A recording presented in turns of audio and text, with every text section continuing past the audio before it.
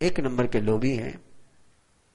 हमारे पास केवल incoming door ही खुला है, आउट गोइंग डोर खुला ही नहीं।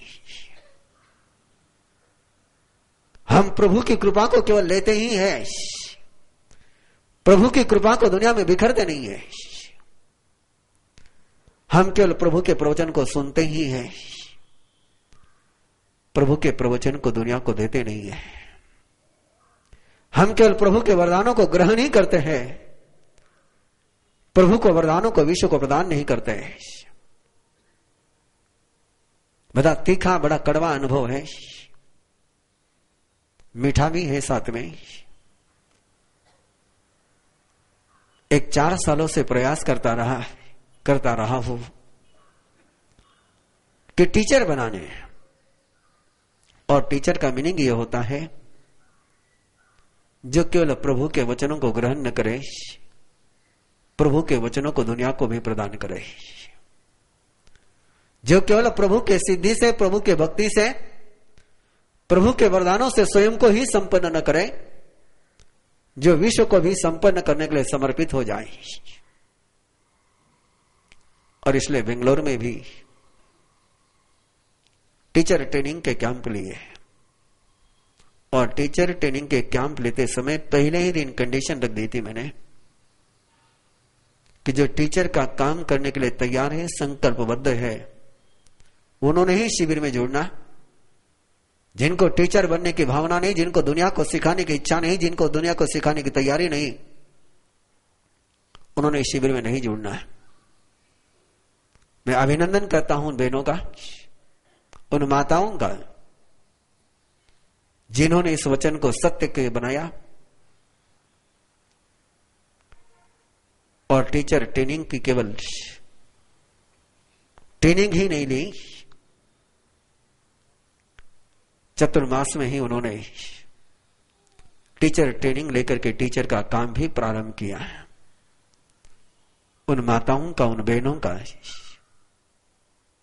गहराई से अभिनंदन है। लेकिन साथ में उन बहनों को भी कहना चाहूंगा जो टीचर ट्रेनिंग शिविर में तो आई, लेकिन टीचिंग वर्क से स्वयं को वंचित कर लिया उन्होंने। थद्दे लुद्धे अनि गए, जो केवल लेते ही लेते हैं, देते नहीं है। और इतना ही अंतर है एक क्रिश्चियन में और एक जैन में,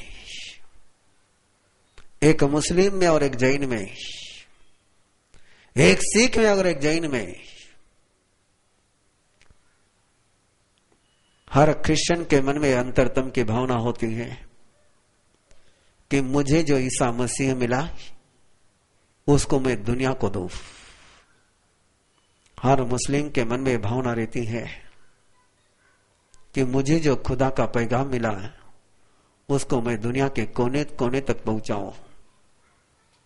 हर सिख के मन में उत्कट कामना रहती है कि जो गुरु ग्रंथ साहब मेरे लिए पूज्य है उसको मैं दुनिया का पूज्य ग्रंथ बनाऊं। बुरा मत मानना है, एक जैनी ही है जो केवल स्वयं की ही झोली भरते हैं। वो धन तो दूसरे को देते हैं, कपड़े भी दूसरे को देते हैं, मकान भी दूसरे को देते हैं, लेकिन प्रभु का वचन, प्रभु का धर्म दुनिया को देने से बहुत कतराते हैं। कितने कतराते हैं देखिए ना,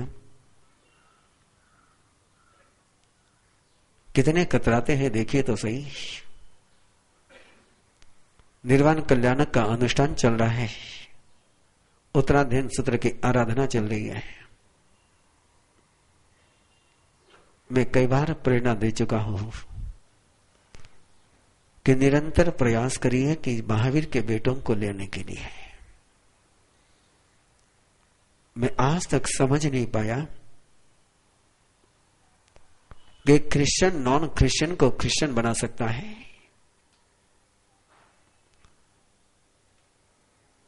और एक जैन जैन को भी प्रभु के वाणी के साथ जोड़ने के लिए समर्थ न बन पाता हो,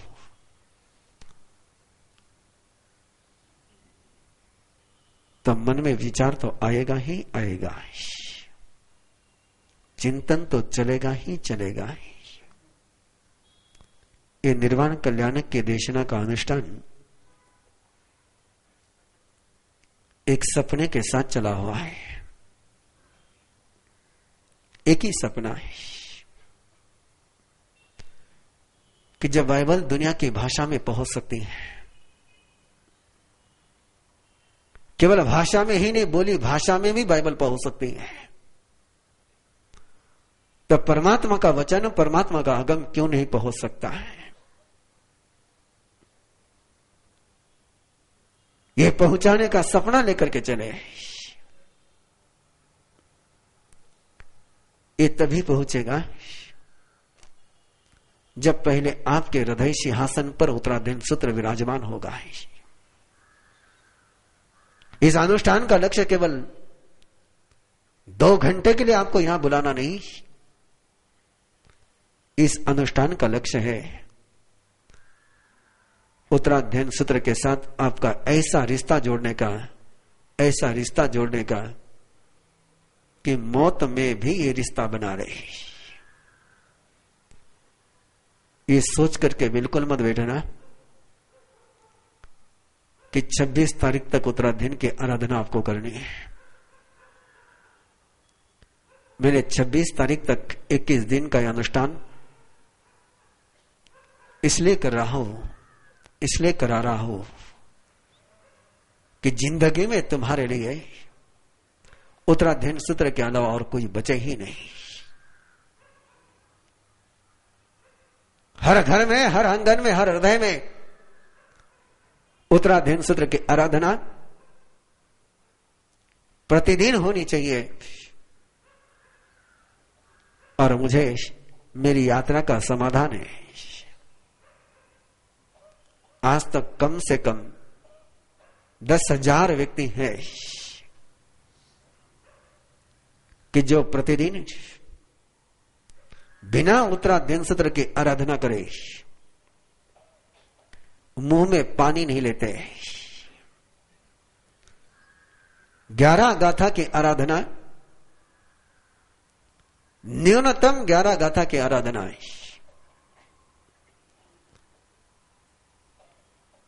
परमात्मा की, प्रभु महावीर की अंतिम देशना की आराधना यदि हम नहीं कर पाए तो जिंदगी में फिर बंदगी करी ही क्या है। और परमात्मा की इस आराधना का प्रतिदिन अनुसंधान नहीं किया तो दीन वंध्या के अलावा कुछ नहीं हो सकता है। मुझे महावीर के वो बंदे चाहिए, मुझे महावीर के वो भक्त चाहिए जो उत्तराध्ययन सूत्र को स्वयं के हृदय सिंहासन पर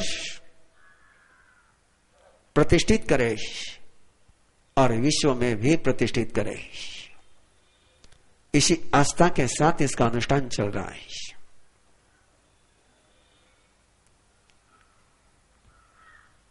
बचपन का संस्मरण है। आप लोग तो बहुत सौभाग्यशाली हो बंधु,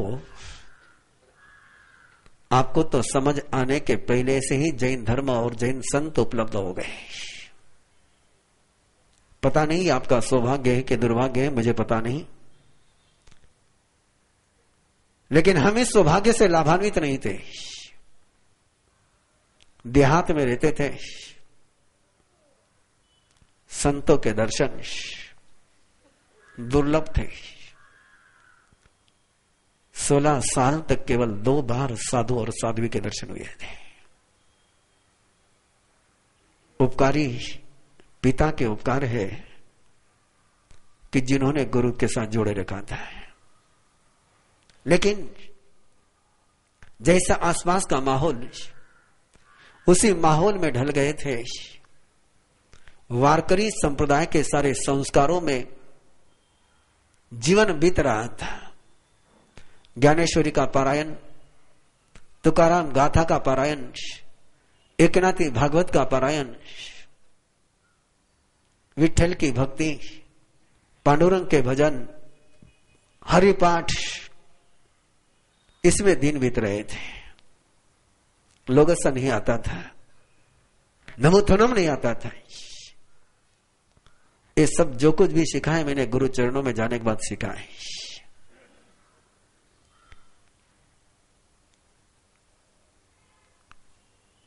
और ज्ञानेश्वरी के पारायण के लिए मेरे जन्मभूमि के पास से एक 25-30 किलोमीटर पर एक जमींदार ने, जो नेवासे के पास खोकर भोकर नाम का गांव है, एक जमींदार ने अपने खेती में,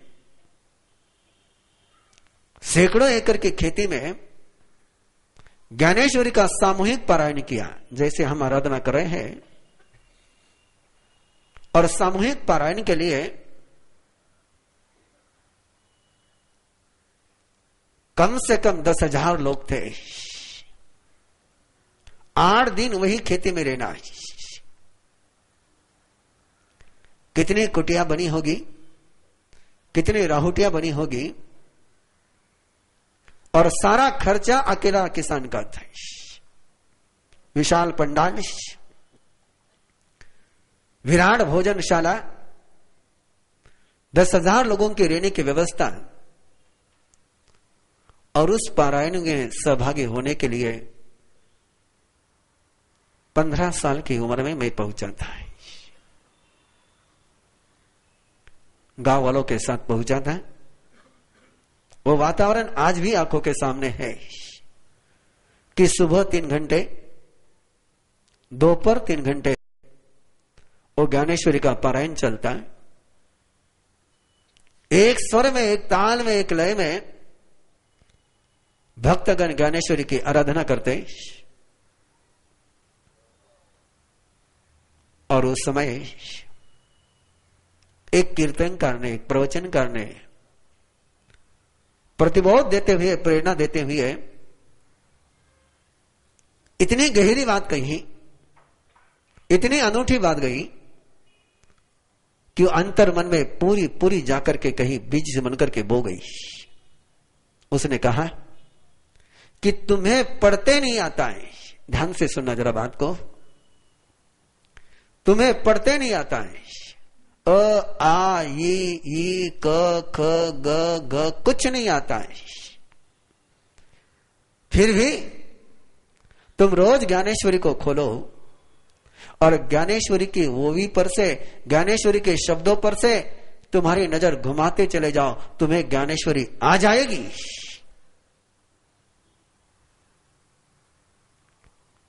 बच्चा था, अच्छा रहता कभी बच्चा रहना भी, और मन में बात चले गई। और सच है, यह सत्य है कि ज्ञान बुद्धि से नहीं आता है, ज्ञान का जन्म श्रद्धा से होता है। यदि श्रद्धा की नजर से अक्षर पर से नजर घूमती रही, अक्षर बोध हो या न हो, अर्थ बोध जरूर हो जाएगा। और उसी ज्ञानेश्वरी का पारायण करते हुए ज्ञानेश्वरी में एक पंक्ति गई, जो जयाचा धर्म तो चित्याने पाळावा। उसका मीनिंग था कि जो जिसका धर्म है उसने वही धर्म का पालन करना चाहिए। वहां बात थी आत्मधर्म को लेकर के, वहां बात थी अध्यात्म की लेकर के, लेकिन बच्चा था और बच्चे के समझ में एक ही बात आई कि अरे मैं तो जैन हूं और ये तो वैष्णव धर्म है। ज्ञानेश्वरी भी कह रही कि मैंने जैन धर्म का ही पालन करना चाहिए। और बंधुओं, वहीं पर जो मेरा वो वैष्णव का तिलक लगाया हुआ था, उस पंक्ति को पढ़ते पढ़ते ही मैंने पूछ डाला है। और मैंने एक सुदृढ़तम भावना बने कि नहीं, मुझे तो जैन धर्म का ही पालन करना है। मैं ऋणी हूं ज्ञानेश्वरी का, मैं कृतज्ञ हूं ज्ञानेश्वरी का। उस ज्ञानेश्वरी ने मुझे जिनेश्वर के चरणों में पहुंचाया। और वो पारायण का नजारा, जो लोग पारायण को नहीं बैठ पाते थे, जिनको पढ़ते नहीं आता था, वो जो पंडाल था, जैसा ये पंडाल है, इस पंडाल को ज्ञानेश्वरी का पारायण जहां चला है, उस पारायण में उस पंडाल को लोग जैसे मंदिर को प्रदक्षिणा करते हैं, वैसे उस पंडाल को प्रदक्षिणा करते थे कि हम ज्ञानेश्वरी पढ़ नहीं पा रहे हैं, हम ज्ञानेश्वरी की आराधना नहीं कर पा रहे हैं, लेकिन ज्ञानेश्वरी की आराधना के जो स्पंदन निकल रहे हैं, जो वाइब्रेशन निकल रहे हैं, उनको हम ग्रहण करने के लिए उस पंडाल की प्रदक्षिणा करने वाले सैकड़ों लोग निरंतर प्रदक्षिणा करते थे। और वो बचपन का देखा हुआ दृश्य है, जिस दृश्य को मैंने जिया भी है, रहा भी हूं, देखा भी है। और दीक्षा लेने के बाद से मन में एक ही भावना है, एक ही भावना है, एक ही सपना है कि वो नजारा उत्तराधीन सूत्र की आराधना का भी हो। ऐसा ही अनूठा दृश्य हो कि हजारों लोगों के हाथों में उत्तराधीन सूत्र हो और उसकी आराधना में श्रद्धा भक्ति के साथ वो समर्पित हो। इसलिए बार बार, और अकेले जमींदार का खर्चा था, विचार करिए, अकेले जमींदार का खर्चा, 10 दिन चला हुआ वो कार्यक्रम, 10,000 लोगों का रोज का भोजन, 10,000 लोगों की रहने की व्यवस्था, और 10,000 लोगों के लिए भोजन का पंडाल, आराधना का पंडाल, कीर्तन का पंडाल, और अकेले जमींदार का खर्चा था,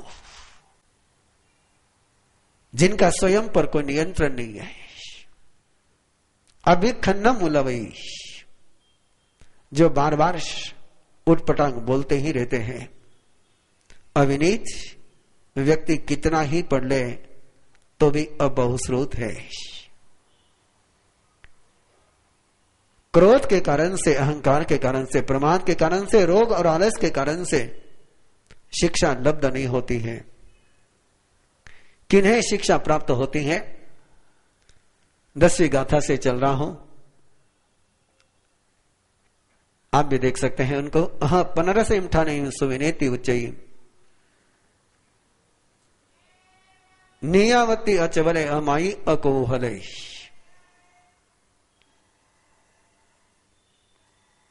सागर की नीच वृत्ति होती है, निम्न वृत्ति वाला सागर होता है। इसलिए दुनिया में पानी कहीं भी बरसे वहीं पर पहुंचता है। उन्नत वृत्ति वाले शिखर होते हैं जहां पानी बरसता है लेकिन टिकता नहीं है। समर्पण कहते हैं नीच वृत्ति को, नीय वृत्ति को। जहां समर्पण का भाव होता है वहां ज्ञान कहीं पर भी हो उसके पास चला आता है। अचपल,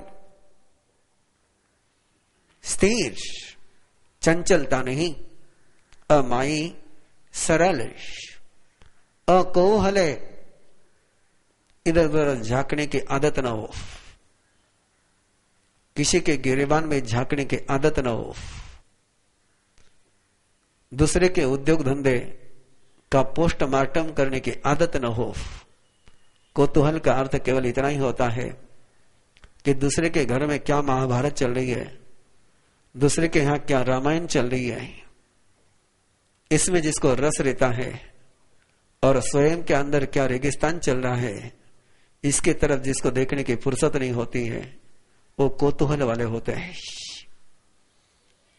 अकौतूहल, अपम च अहिखिवई, पबंधम च न कोवई। किसी से गलती हो जाए, किसी से भूल हो जाए, किसी से अपराध हो जाए, उसको थोड़ा सा उल्हाना देता है। अपम च अहिखिवई,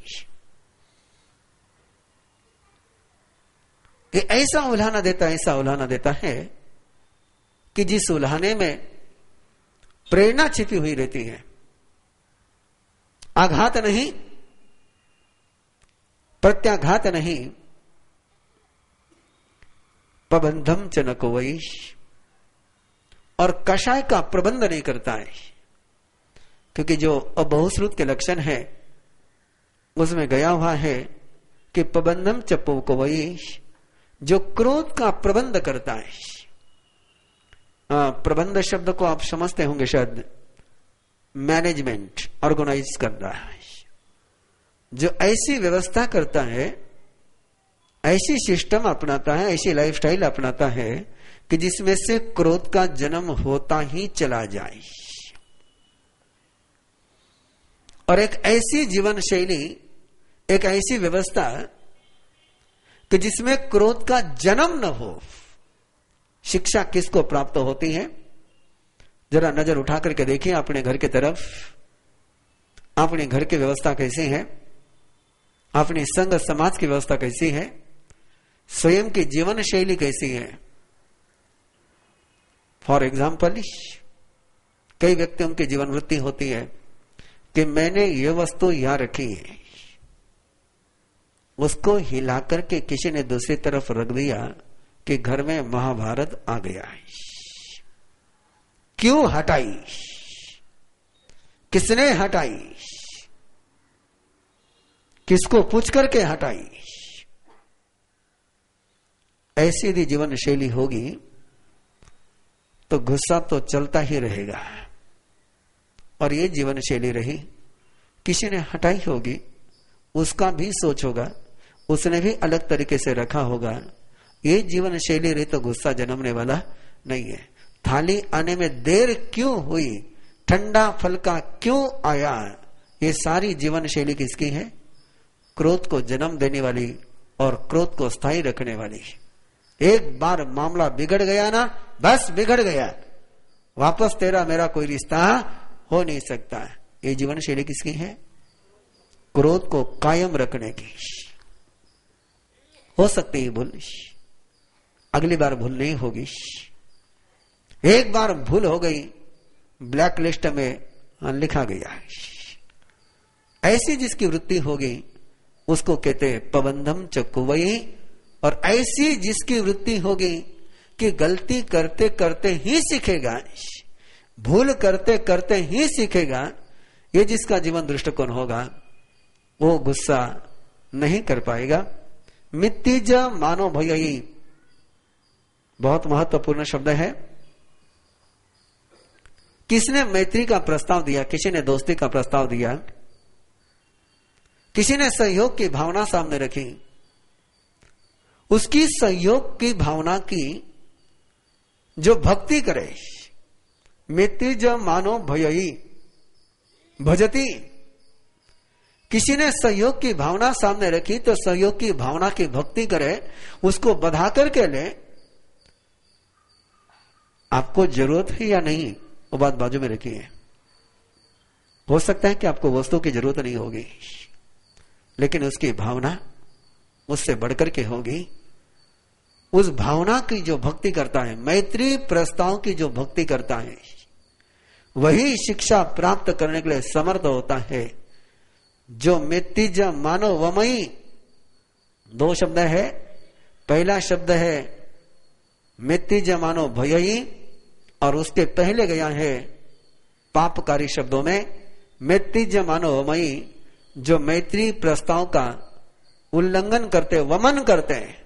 किसी ने मैत्री का प्रस्ताव दिया, वमई का अर्थ समझते हो ना, वमिट करते हैं, उल्टी कर देते हैं। उल्टी करने के इससे बढ़िया कोई और शब्द होगा नहीं। मुझे लगता है कि ठुकराना शब्द भी छोटा सा है, इनकार करना भी शब्द छोटा सा है। मित्तिज मानो वमई, किसी ने मैत्री का प्रस्ताव दे दिया तो सारी वोमिटिंग कर दी। ऐसे लोग शिक्षा को प्राप्त नहीं कर सकते।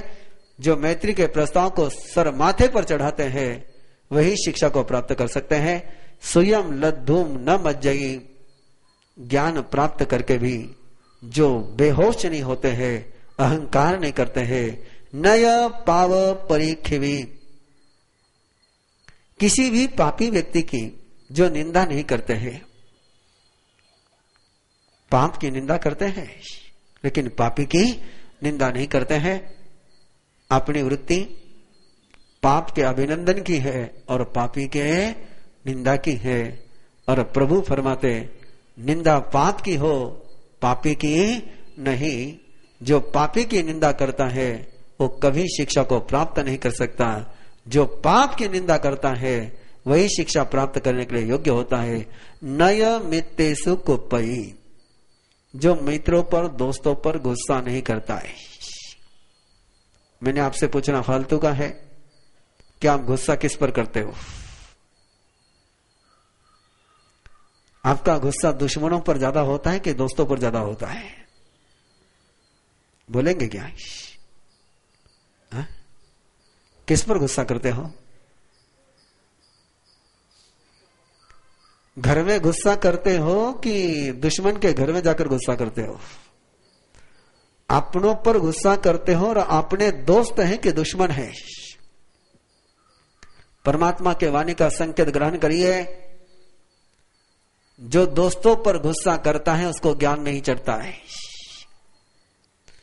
जो दोस्तों पर गुस्सा करता है उसको समझ नहीं आती। नय मित्तेषु कुप्पयि, अपनों पर गुस्सा करने वाले को ज्ञान नहीं चढ़ता है।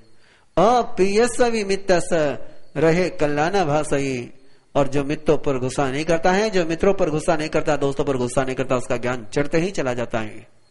अप्रियस्य विमित्तस्य रहे कल्याण भाषई, कुछ मित्र प्रिय होते हैं, कुछ मित्र अप्रिय होते हैं। कभी प्रिय रहने वाला मित्र भी किसी कारण से अप्रिय हो सकता है। लेकिन कोई मित्र पहले रहा हो और बाद में किसी कारण से संबंध में बिगाड़ आ गया हो और उस समय उसका सारा पोस्टमार्टम करते चले जाओ, पोल खुलते ही चले जाओ, तो ज्ञान नहीं चढ़ेगा, ज्ञान नहीं चढ़ेगा। अप्रिय मित्र के विषय में भी जो प्रशंसा के शब्द बोलते हैं, कल्याण के शब्द बोलते हैं, आनंद के शब्द बोलते हैं, उनका ही ज्ञान चढ़ता है। और जो प्रियतम मित्र के भी सुप्रियस्य विमित्तस्य रहे भाषई पावयम, और कुछ सयाने होते हैं कि जो सामने तो दोस्ती करते हैं और पीठ पीछे अच्छी तरह से कपड़े धोते हैं। वो कपड़े धोने वाले भले ही धो ले, लेकिन परमात्मा फरमाते हैं सुप्रिय मित्र के भी कपड़े धोने वाले को कभी ज्ञान चढ़ नहीं सकता है। कलह डम्बर वजिए बुद्धे अभी जाइए, जो संघर्ष से बचता है, जो झगड़े से बचता है, जो कुलीन होता है, लज्जाशील होता है, ऐसा ही व्यक्ति ज्ञान प्राप्त करने के योग्य होता है। और हमारे गुरुदेव का आचार्य भगवान का पावन मंत्र, पवित्रतम मंत्र गया है 14वीं गाथा में, पियं करे पियं वाई से सिक्कम लद्दु मरी हई। जो प्रिय करता है प्रिय बोलता है। गुरुदेव का ये बहुत प्रिय मंत्र था। गुरुदेव जब भी किसी को दीक्षा देते और दीक्षा देने के बाद अपने हाथों से पहला कवर देते, वो दृश्य जिन्होंने निहारा, उस दृश्य का जिसने आनंद लिया, वही जानते उसमें क्या गरिमा होती है। उस समय गुरुदेव इस मंत्र को कहते थे, पियं करे पियं वाई। तो जीवन में प्रिय कार्य करना और प्रिय भाषण करना, केवल प्रिय कार्य करेगा और अप्रिय भाषण करेगा तो भी काम नहीं चलेगा, और प्रिय भाषण करेगा और अप्रिय कार्य करेगा तो भी काम नहीं चलेगा। बहुत अच्छा करते हो, बहुत अच्छा करते हो, लेकिन अच्छा बोलते क्यों नहीं हो?